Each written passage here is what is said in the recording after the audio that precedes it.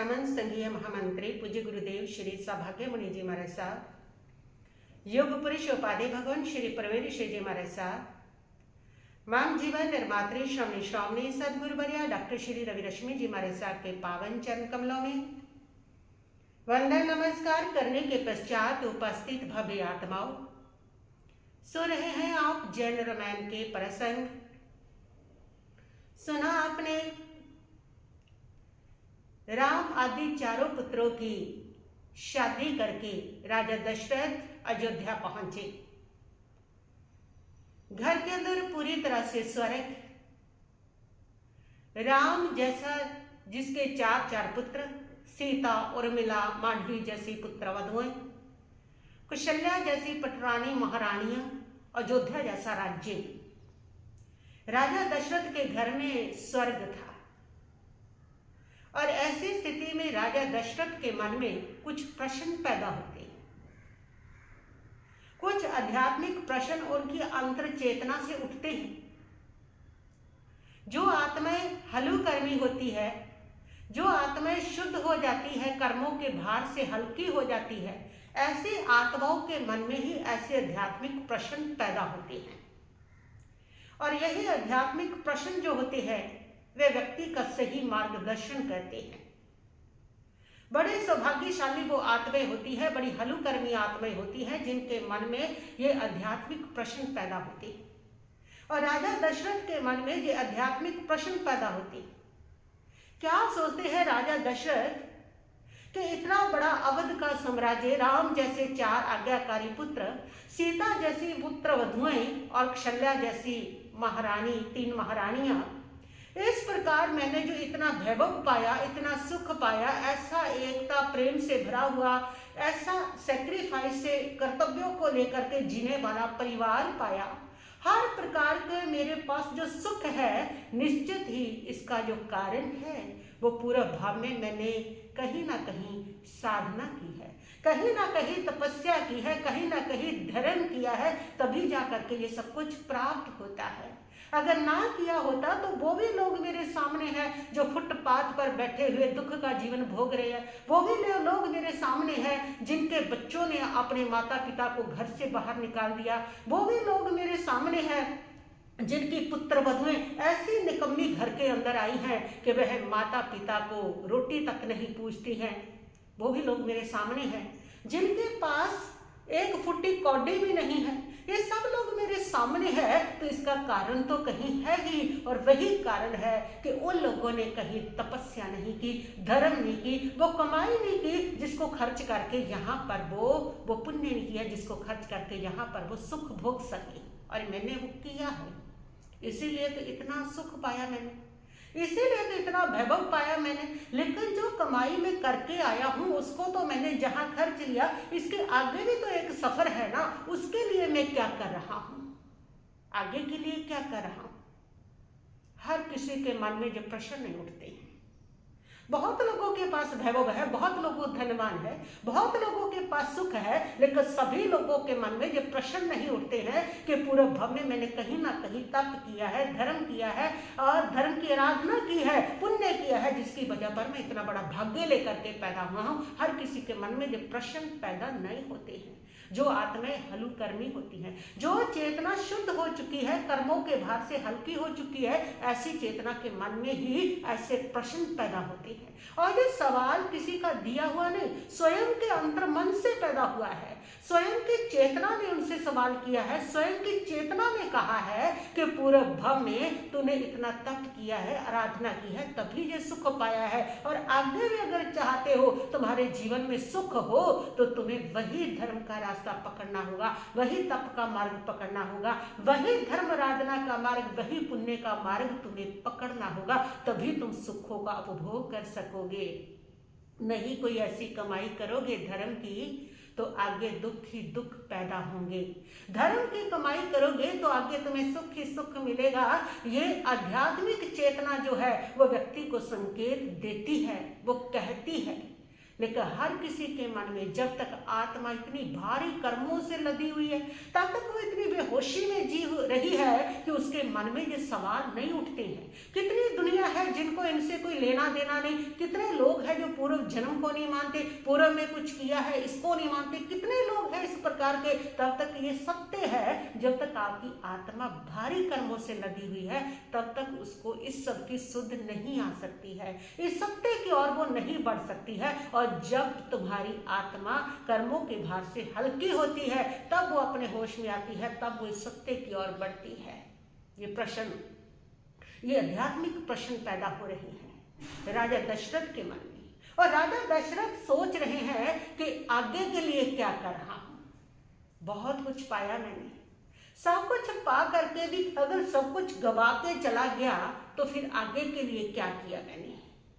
आगे के लिए बहुत कम लोगों के मन में ये सवाल उठता है कि यहाँ परिवार को पाल रहा हूँ, कमा रहा हूँ, खा रहा हूँ, सब कुछ कर रहा हूँ और परिवार के लिए कर रहा हूँ, सबके लिए कर रहा हूँ, अपने लिए भी परिवार के लिए भी, लेकिन आगे के लिए क्या कर रहा हूँ। यहाँ के फ्यूचर के लिए कर रहा हूँ, बुढ़ापे के लिए एफडियां जमा करवा रहा हूँ, बुढ़ापे के लिए प्रॉपर्टी खरीद के रख रहा हूँ कि बुढ़ापे में काम आएगी, लेकिन उस बुढ़ापे के बाद जो मृत्यु आएगी और मृत्यु के बाद जो नया जीवन शुरू होगा उसके लिए क्या कर रहा हूँ। उसके लिए ये भौतिक संसाधन एकत्रित किए हुए तो इसी जीवन के लिए है, यहीं तक है, ये उसके लिए नहीं है, ये आगे काम आने वाले नहीं है। आगे तो वही काम आएगा जिस भाग्य के बल से, जिस पुण्य के बल से, जिस तारों के बल पर यहाँ पर सब कुछ प्राप्त किया है, वही भाग्य, वही तार, वही पुण्य जो है उसको फिर से कमाना पड़ेगा और तब जाकर के आगे आपको यही मिल सकता है, इससे भी बढ़कर मिल सकता है, सुख मिल सकता है। तो पूरे में कहीं ना कहीं किया है। बहुत कम लोगों के मन में ये सवाल उठता है, लेकिन राजा दशरथ के मन में उठा है। राजा दशरथ सोच रहे हैं कि आगे के लिए मैं क्या कर रहा हूँ। यहाँ के लिए सब कुछ कर लिया, आगे के लिए अब आगे की भी तो तैयारी करनी है ना, आगे भी तो जाना है ना। सफर तो चल रहा है, सफर ये पड़ाव है, ये सफर का एंड नहीं है, ये पड़ाव है, बीच में रुके हैं और कुछ समय के लिए ठहरे हैं, लेकिन सफर तो फिर आगे चलना है। मृत्यु के बाद जन्म, ये सफर है। और राजा दशरथ के मन में ये जो बीज पैदा हो रहे हैं, वैराग्य के, आध्यात्मिकता के प्रश्नों के जो बीज पैदा हो रहे हैं, उन बीजों को वृक्ष बनने में राजा दशरथ के लिए एक घटना सामने आती है जो इन विचारों को वृक्ष का रूप दे देती है। कौन सी घटना है वो? राजा दशरथ को जिससे वैराग्य होता है। तुलसीदास जी कहते हैं कि राजा दशरथ ने अपने ही वृद्ध शरीर को आईने में देखा, दर्पण में देखा, अपने सिर के ऊपर केश को देखा, सफेद बालों को देखा और देख करके राजा दशरथ के मन में ये विचार आया कि मौत का दूत का संदेश आ गया है, आ गया कि बस अब तुम अपनी आगे की तैयारी कर लो। जैसे आप 40-50 वर्ष क्रॉस करते हो ना, ये संदेश तो आपको भी आते हैं और आपको भी देती है। आपका शरीर, आपका जीवन आपको संकेत देता है कि अब आपकी जो ऊर्जा है, अब आपकी जवानी की जो ऊर्जा है वो खत्म होने वाली है और अब संकेत आ रहे हैं कि तैयारी कर लो। लेकिन उन संकेतों को हम तो समझते नहीं। वो राजा दशरथ ने इस संकेत को पकड़ लिया। राजा दशरथ ने जब दर्पण में देखा अपने वृद्ध होते हुए शरीर को, वो रंग नहीं, वो यौवन नहीं, वो एनर्जी नहीं, वो शक्ति नहीं, और इसके ऊपर थोड़ा थोड़ा बुढ़ापा तो झलकने लगा है, अधेड़ उम्र तो हो गई है। और जैसे उसमें देखा तो राजा दशरथ सोचते हैं कि अब तो प्राण थक गए हैं, शरीर थकने वाला है, इसके बाद बुढ़ापा, बुढ़ापे के बाद मृत्यु, ये शरीर छूटने वाला है। ये मुझे छोड़े उससे पहले मुझे ही सब कुछ छोड़ देना चाहिए और ये निश्चित है। ये मेरा शरीर दिखा रहा है, आईने में देख रहे हैं अपने आप को और देख करके उपदेश ग्रहण कर रहे हैं। और आप क्या ग्रहण करते हो? आप जब भी आईने में अपने आप को देखते हो तो यही ग्रहण करते हो कि यहाँ से बुढ़ापा झलक रहा है, यहाँ से मैं लाइनें ठीक करवा लूँ, यहाँ से ये ठीक हो जाए, यहाँ से बाल काले करवा लूँ, यही करते हो। लेकिन राजा दशरथ जो है उस शरीर को देख करके वहाँ से सार ग्रहण कर रहे हैं। वो ग्रहण कर रहे हैं कि अब मेरा शरीर मुझे संकेत दे रहा है, बहुत ही गई थोड़ी रही, बहुत बीत गई है, बहुत मोह ममता कर ली है, बहुत राज भोग लिया है, बहुत सुख सुविधा यूज कर ली है, बहुत संसार कर लिया है, लेकिन अब कुछ अपने के लिए आगे के लिए तैयारी करो, क्योंकि तुम्हारा शरीर तुम्हें संकेत दे रहा है कि अब ये किराए का घर छूटने वाला है। ये जीवन किराए का घर है, एक ना एक दिन बदलना पड़ेगा। बिल्कुल ये किराए का ही घर है, जाना है। इस संकेत को समझना बहुत जरूरी है और राजा दशरथ इसको समझते हैं। जैन रामायण कहती है कि उनके वैराग्य में एक घटना कारण बनी, वो भी ऐसी ही घटना है। और वो घटना थी कि राजा दशरथ ने अपने एक वृद्ध दास को और एक जवान दासी को कुछ काम बताया था, महारानियों को कुछ काम भेजा था करने के लिए। लेकिन जो दासियां हैं वो जवान होने के कारण झट पहुंच गई, उस काम को शीघ्र करके आ जाती है। लेकिन जो वृद्ध है, दास है, वो लेट हो जाता है, काफी लेट पहुंचता है। और उसके लेट पहुंचने पर राजा दशरथ उसको पलंग देते हैं कि तुमने इतनी देर क्यों कर दी, कल से तुझे काम भेजा हुआ है, वो तो कल से करके भी आ गई हैं, और तुम क्या कर रहे थे। और वह वृद्ध व्यक्ति कहता है, वो दास कहता है कि राजन, मैं अब वृद्ध हो गया। पहले मैं जवान था, मैं भी जल्दी कर लेता था, लेकिन अब मैं बूढ़ा हो गया हूँ और वृद्ध होने के कारण अब मेरे शरीर में वो ताकत नहीं है, मैं चल नहीं पाता हूँ, धीरे धीरे चलता हूँ, इसलिए धीरे धीरे चलने के कारण मैं लेट हो गया हूँ। अब बुढ़ापे के कारण मैं लेट हो गया तो मेरा क्या कसूर है, काम तो मुझे करना ही है, पेट के लिए करना है, परिवार के लिए करना है, जीवन चलाना है, इसलिए करना है। लेकिन बुढ़ापा जो है उसके कारण मेरे से तेज नहीं हो रहा काम, तो इसमें मेरा क्या कसूर है। ये सुन करके राजा दशरथ को क्रोध आ सकता था। कहने को तो वो कह सकते थे, नहीं काम होता तो जाओ यहां से। कहने को तो कह सकते थे, मुफ्त काम नहीं करवाते हो जो धौंस जमा रहे हो हमारे पर। कहने को तो वो कह सकते थे कि अरे भाई, पैसे लेता है तो ही काम करता है और इसलिए ये हमें क्या बता रहा है। लेकिन राजा दशरथ ऐसा कुछ ना कहते हैं ना सोचते हैं। राजा दशरथ तो उसके इस बात से उपदेश ग्रहण करते हैं। उपदेश ग्रहण करते हैं कि ये वृद्ध क्या कह रहा है, ये क्या उपदेश दे रहा है मुझे, इसके कहने का सार क्या है। वहां से वो उपदेश ग्रहण करते हैं। बहुत कम होते हैं जो उपदेश ग्रहण कर ले किसी भी बात से। हर बात से उपदेश ग्रहण किया जा सकता है, लेकिन करने वालों की वो दृष्टि नहीं होती कि वहां से वो उपदेश को ग्रहण कर ले। जिनके पास वो दृष्टि होती है वो हर बात से उपदेश ग्रहण कर सकते हैं। जिस बात पे क्रोध आ सकता है उसी बात पर राजा दशरथ उपदेश ग्रहण कर रहे हैं। हर बात से अगर आपके सामने कोई क्रोध कर रहा है तो आप उपदेश ग्रहण कर सकते हैं। किस प्रकार क्रोध क्यों कर रहा है, किस लिए इसको इतना क्रोध आ रहा है, आपको नए आंसर मिलेंगे, आपको इस क्वेश्चन के जवाब मिलेंगे। क्यों इसकी आत्मा इतना दुखी है, इतनी पीड़ित है कि ये क्रोध कर रहा है, कोई बेईमानी कर रहा है, कोई ठगी कर रहा है, कुछ भी कर रहा है। आप गहरे से उसको देखिए, गहरे से देख के उससे शिक्षा ग्रहण कीजिए, उपदेश ग्रहण कीजिए। आपको हर किसी से उपदेश मिल जाएगा, लेकिन हम उपदेश ग्रहण ना करके हम उल्टा उस पर क्रोध करते हैं, उपदेश ग्रहण नहीं करते। और राजा दशरथ वो जो वहां से उपदेश ग्रहण कर रहे हैं। तो ये वृद्ध क्या कह रहे हैं, ये वृद्ध कह रहा है कि शरीर जर्जर हो गया है, बुढ़ा हो गया है, आगे इतना काम नहीं मुझसे हो रहा और परिवार के कारण मुझे काम करना पड़ता है। ये वृद्ध साक्षात मेरे सामने बुढ़ापे की मूर्ति खड़ी होगी है आकर के, और वो उसके बुढ़ापे से शिक्षा ग्रहण कर रहे हैं कि कैसा बुढ़ापा है।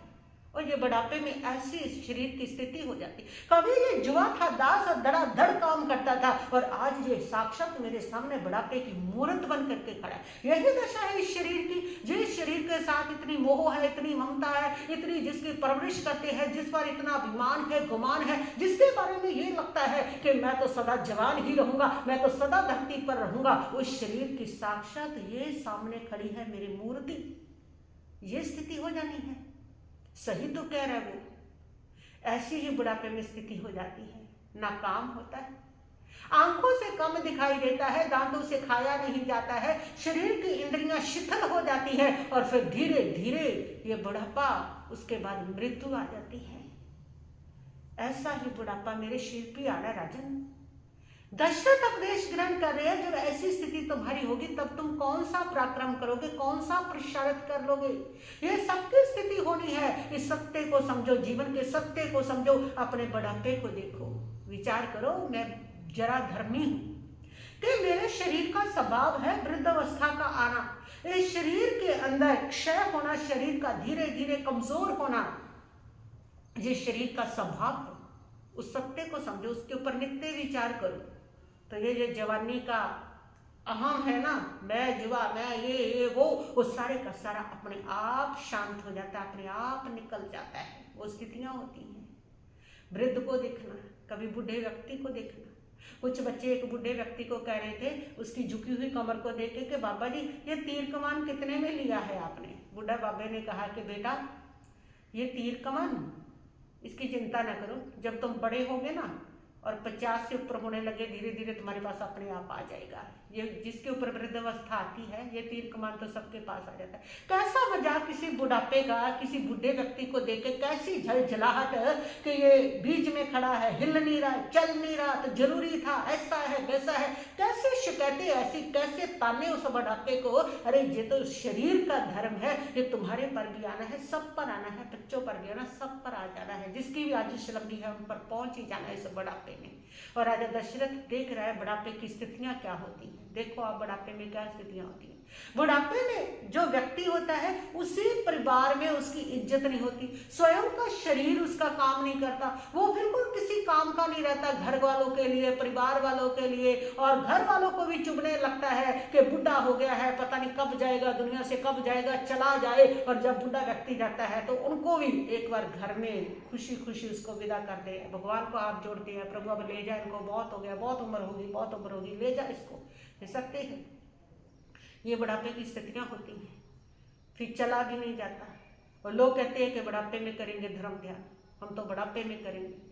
बुढ़ापे में जब तुम उठने के लिए भी किसी के मुंह की तरफ देखोगे, तब तुम कौन सी साधना करोगे, कौन सा धर्म कर लोगे, कौन सा ध्यान में तुम उतर जाओगे। तुम्हारी सारी इंद्रियां जब तुम्हारा साथ ही नहीं देगी, तुम्हारे पास एनर्जी नहीं है। इसलिए जो धर्म ध्यान होता है वो बुढ़ापे का नहीं, दैविक धर्म ध्यान भी यौवन अवस्था की वस्तु है। उसी अवस्था में कीजिए जिस अवस्था में संसार किया जा सकता है, उसी अवस्था में धर्म किया जा सकता है। और राजा दशरथ यही सोच रहा है कि ऐसा बुढ़ापा मेरे पर आए, उस समय में कौन सा धर्म कर लूंगा, उस समय कौन सी करनी कर लूंगा, उस समय में कौन सा अगला भव सुधार लूंगा, उस समय में कौन सा आत्म कल्याण कर लूंगा। अभी तो मैं फिर भी ठीक हूं, ऐसे बुढ़ापा तो कम से कम नहीं आया, लेकिन ये अवस्था मेरी आनी है। और जो अवस्था मेरी आए उससे पहले पहले मैं अपनी आत्मा का सुधार कर लूं।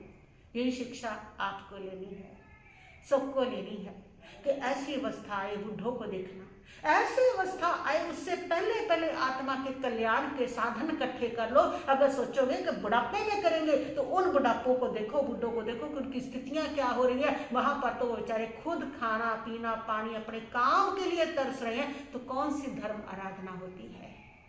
धर्म आराधना उससे पहले उनसे शिक्षा ले लो। वृद्ध अवस्था को, राजा दशरथ को यही शिक्षा आती है। और उस समय की राजाओं की ये संस्कृति भी थी। उस समय के जो राजा होते थे, या तो युद्ध में वीर गति को प्राप्त होते थे या संयम ले लेते थे। वो ऐसे घर में पड़े पड़े बुढ़ापे में हाय हाय करके नहीं मरते थे। और आज तो जितने भी बूढ़े लोग हैं वो घर में बिस्तरों पे हाय हाय करते मरते हैं। पास खड़े परिवारीजन, बच्चे वो प्रार्थना करते हैं प्रभु से कि प्रभु अब बहुत हो गया, बस अब इनको ले जाओ। इस प्रकार की मौत मरते हैं। लेकिन उस समय जो राजा लोग होते थे, वो लोग होते थे, ऐसा नहीं था। उस समय अंतिम अवस्था जो उनकी होती थी, उनका जो मरण होता था वो समाधि के स्तर पर होता था। उस समय उनका जो मरण होता था वो वानप्रस्थाश्रम कह लो, संन्यास कह लो, उस समय उनका जो मरण होता था, अपना अंतिम हिस्सा जिंदगी का जो होता था, वह धर्म आराधना संयम के लिए होता था। वो भी क्या मौत कि जिस घर में पैदा हुए, जिस घर में जिए, उसी घर में मर गए, हाय हाय करते हुए मर गए। वो भी क्या जीवन।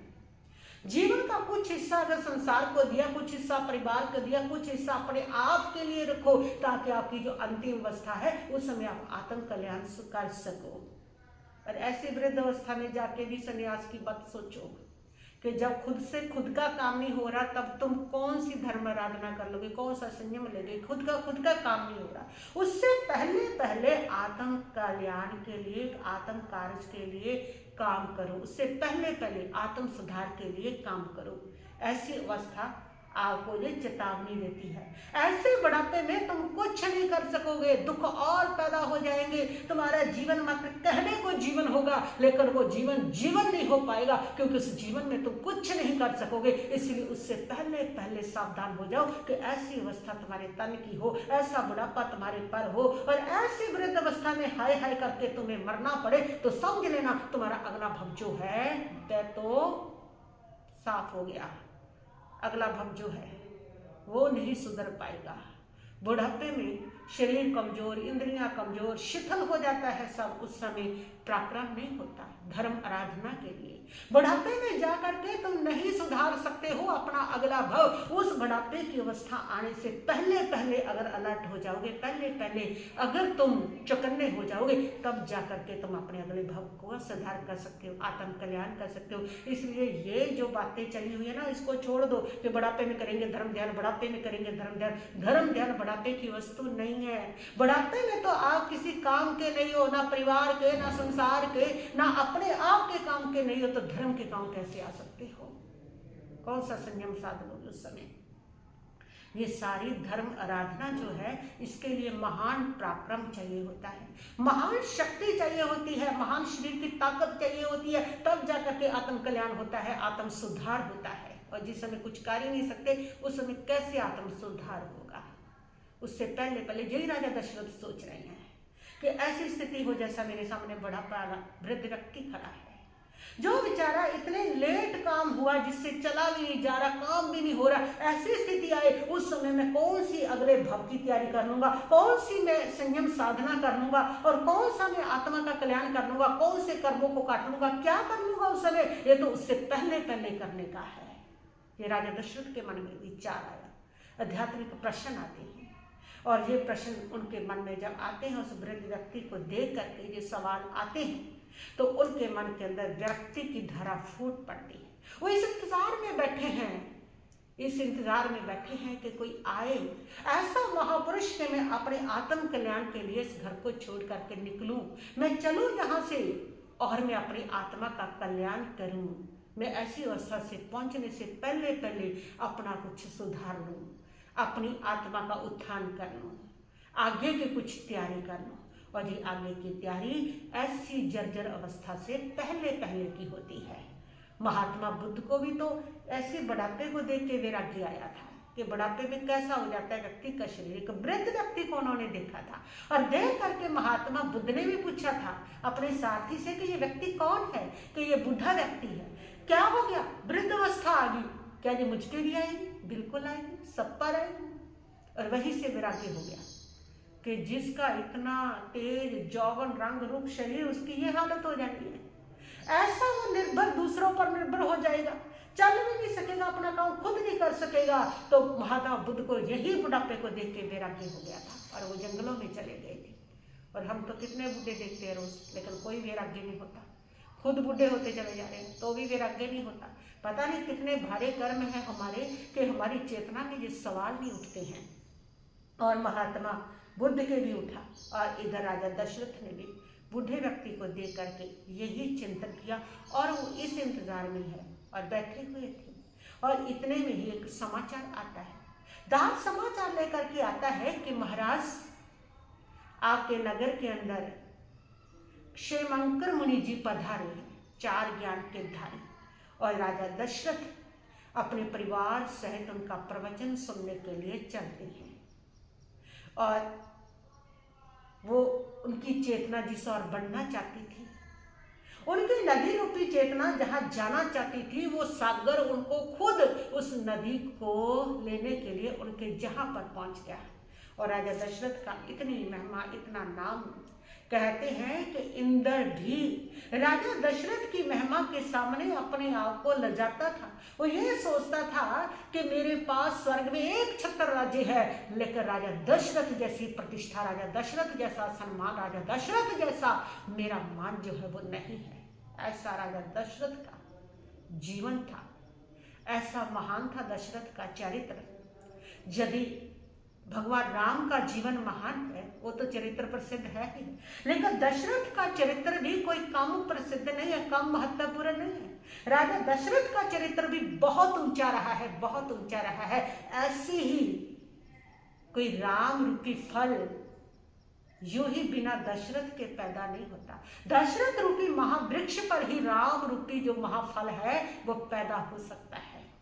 और राजा दशरथ अपने परिवार सहित, पुत्र वधुओं सहित उस मुनि के चरणों में पहुंचे, मुनि को वंदन किया, उनका धर्म प्रवचन सुनने लगी। उसी समय ऊपर से आकाश मार्ग से चंद्रगति राजा अपने पुत्र भामंडल के साथ अनेक भगवंतों की, अरिहंत भगवंतों की वंदना करते हुए आकाश मार्ग से विमान में जा रहा था। दोनों के मन संतप्त थे क्योंकि भामंडल को सीता नहीं मिली थी, इसलिए दोनों के मन दुखी थे। तो भगवान की वंदना के लिए निकले हुए थे और ऊपर से विमान से उन्होंने देखा कि नीचे एक मुनि धर्म प्रवचन कर रहे हैं।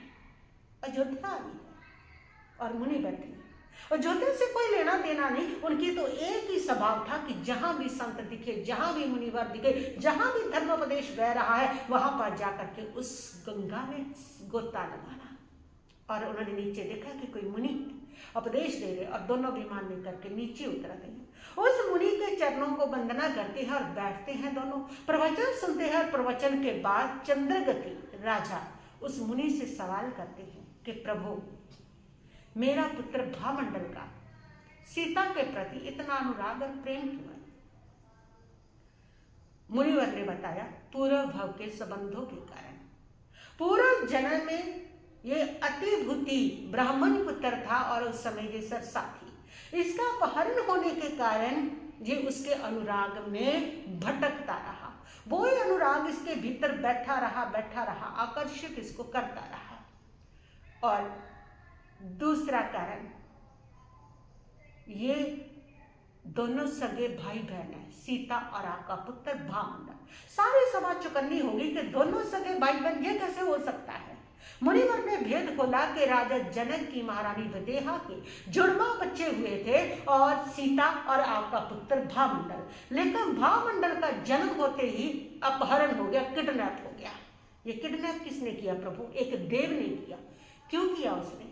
पूर्व जन्म का इसका बैर भाव था उसके साथ। इसने उसकी पत्नी का अपहरण किया था, पहले उसने इसकी पत्नी का किया था, फिर इसने उसकी पत्नी का किया था। ऐसा दोनों में बैर भाव चल रहा था, द्वेष चल रहा था, और वो देव बन गया। उसने देव में अपनी ज्ञान में देखा कि मेरे को दुख किसने दिया था, पूर्व भाव में उसको पता चला इसने दिया है। ये उस समय कुल मंडित राजकुमार था।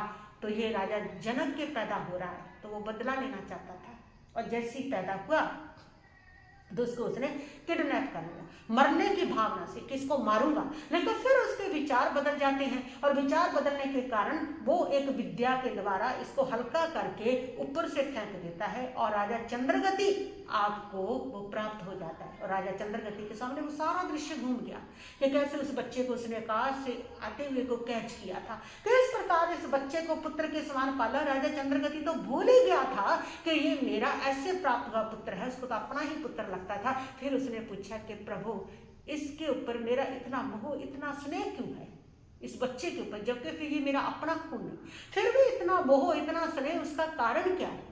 मुनिवर ने बताया, कारण है पूर्व जन्म के संबंध। पूर्व भाव में जब ये अतिभूति राज का ब्राह्मण का पुत्र था, उस समय तुम इनके माता पिता थे। वसुभूति थे तुम्हारा नाम, तुम्हारी पत्नी का नाम अनुकोशा था, और तुम्हारा जो लाडला पुत्र था, जब ये सरसा के गम में घूमने लगा तो तुम इसके पीछे पीछे इसकी देखभाल के लिए घूमने लगे, बहुत प्यार करते थे। वो तुम्हारे प्यार के संस्कार तुम्हारी आत्मा में थे, और उसी ने तुम्हें आकर्षित किया, उसी कारण तुम्हें इनके ऊपर इतना प्यार, इतना लाड आ रहा है। ये सब पूरे भव के संबंध होते हैं। कई बार माता पिता अपनी ही संतान से बहुत दुर्व्यवहार करते हैं, तो वो ऐसे संबंध होते हैं कि पूर्व भाव का कोई शत्रु उनके पास आ जाता है संतान के रूप में, जिसके कारण वो उनके साथ ऐसा होता है। अगर पूर्व भाव का ऐसा व्यक्ति उनके पास आया है जिसके साथ आपका प्रेम का संबंध है, तो उसको बहुत प्यार भी मिलता है, प्रेम भी मिलता है। पूर्व भाव के ये संस्कार जो आपके किसी के साथ राग के मोह के रह जाते हैं या आपको बार बार खींच के वहीं पर ले आते हैं और फिर से आपके संबंध जुड़ जाते हैं। वो शक्ति, वो संस्कार आपको आकर्षित करती है, खींचती है, उस रिश्ते को वहीं पर ले आती है। इसलिए दुश्मनी का है तो वो भी आएगा। दुश्मन के साथ में अगर दुश्मनी छोड़ोगे नहीं, उसको रिकॉल करते रहोगे, उसको याद करते रहोगे, उस दुश्मनी को नहीं छोड़ोगे तो वो दुश्मन भी आएगा। और अगर मित्र को भी नहीं छोड़ोगे तो मित्र भी आएगा। यहाँ भी आपका द्वेष का, राग का, मोह का, ईर्ष्या का कोई भी संस्कार जहाँ भी अटका रह गया वो आपके पास पहुँचना ही पहुँचना है। और इसलिए मेरा आप लोगों से कहना है कि अगर आपकी किसी के साथ दुश्मनी है तो उसको छोड़ो, द्वेष बुद्धि मत रखो, वो फिर आएगा। ये सासू जो है, जो बहुओं से नफरत करती है ना कि ये मेरी बहू बहुत बुरी है, बहुत बुरी है, बहुत बुरी है, बंद करो ये कहना। अगर यही संस्कार तुम्हारे भीतर पक गया ना तो इस जन्म में तो क्या, ये 70 जन्म तक यही बहू मिलेगी तुम्हें। और ऐसे ही बहुएं जो है, जो अपनी सासू माता की हर समय निंदा करती है, बुरा कहती है, बुरा कहती है, बुरा कहती है, अगर नहीं वो हटी ना इस प्रकार कहने से, इस जन्म क्या 70 जन्म तक यही सासू मिलेगी, यही बार बार आएंगी। ऐसी हर संबंध नहीं है, वही बार बार मिलने वाला है। तो ये संस्कारों के कारण तुम्हारा प्रेम था, उस प्रेम ने खींचा और इसलिए तुम खून ना होने के बावजूद भी खून की तरह इसके ऊपर तुम्हारा प्रेम रहा। और ये सब जब सुना कि यही वो सगा भाई है, सीता बड़ी प्रसन्न हुई, उसको अपना खोया हुआ भाई मिल गया। और भामंडल जो है वह सीता के पास आते, सीता भाई को मिलती है और भामंडल क्षमा याचना करते हैं कि कैसे अनजाने के कारण मैं सीता के ऊपर कैसा मोह कर रहा था, कैसे सीता को प्राप्त करने की कोशिश कर रहा था, अपनी ही बहन को। बहुत पश्चाताप होता है और राजा चंद्रगति को भी पश्चाताप होता है कि ओहो, अज्ञान में कितना अनर्थ हो जाना था। भाई बहन की शादी, सगे भाई बहन की शादी का प्रयास चल रहा था, ये सब अनजाने के कारण हो रहा था, क्योंकि अज्ञान ही सबसे बड़ा समस्या पैदा करने वाली चीज है।